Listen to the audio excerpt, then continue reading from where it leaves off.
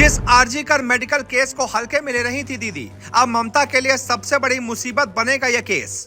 20 दिन में टूटेगा ममता का पूरा घमंड। डॉक्टर चुन चुन कर लेंगे इस बार ममता से बदला। बंगाल में होगा इस बार सबसे बड़ा न्याय। बंगाल को लेकर ऐसी खबर सामने आई जिसने ममता बनर्जी की नींद उड़ाई। ममता सरकार में खलबली मचाई। क्या ममता सरकार की विदाई की बारी आई?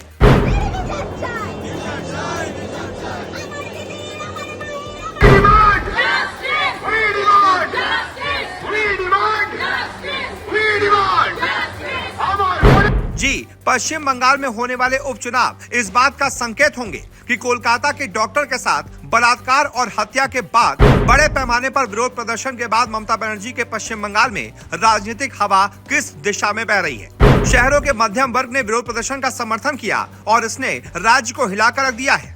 प्रदर्शनकारियों के इस दावे के बावजूद कि ये गैर राजनीतिक था, इसे विपक्ष से काफी समर्थन मिला है। बंगाल के अलग अलग इलाकों में 6 सीटों पर उपचुनाव होने हैं। इन सीटों में कोलकाता के नजदीक शहरी केंद्र नौहाटी, अल्पसंख्यक बहुल हरोआ, महत्वपूर्ण आदिवासी आबादी वाला तालडांगरा, अल्पसंख्यक और राजवंशी वोटों वाला सीताई, उत्तर बंगाल की चाय बागान सीट, मडियाहाट सीट और मेदिनीपुर शामिल है।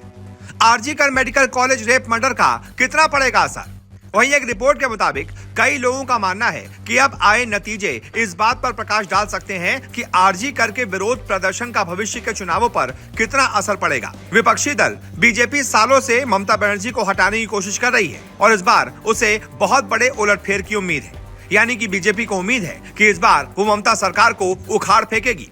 हाल ही में पश्चिम बंगाल पहुंचे गृह मंत्री अमित शाह ने भी यही कहा था कि बस 2 साल और उसके बाद पश्चिम बंगाल को ममता के जंगल राज से छुट्टी मिल जाएगी।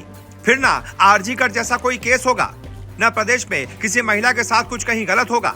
महिलाएं सुरक्षित रहेंगी। भारतीय जनता पार्टी की सरकार रहेगी तो बदमाशों में भी खौफ रहेगा। जिन 6 सीटों पर चुनाव होने हैं उनमें से 5 तृणमूल कांग्रेस और 1 बीजेपी के पास है। हालांकि तृणमूल ने दावा किया है कि वो सभी 6 सीटें जीतेगी, लेकिन 5 से कम सीटें हार के तौर पर देखी जाएंगी।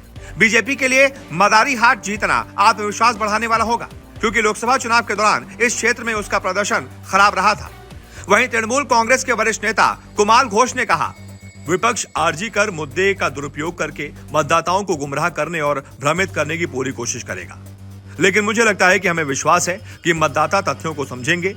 वो सीपीआईएम के शासन को जानते हैं, वो बीजेपी शासित राज्यों में हो रही घटनाओं को जानते हैं और वो जानते हैं कि 24 घंटे के भीतर कोलकाता पुलिस ने अपराधी, बलात्कार और हत्या के मुख्य आरोपी को गिरफ्तार कर लिया है। ऐसे में भारतीय जनता पार्टी अपने अलग दावे कर रही है और तृणमूल अपने अलग दावे कर रही है। देखना दिलचस्प होगा कि पश्चिम बंगाल में होने वाले उपचुनाव किस तरफ इशारा करते हैं और इस उपचुनावों में कौन सी पार्टी की जीत होती है। वैसे इस पूरे मुद्दे पर आपकी क्या राय है, कमेंट करके बताइएगा।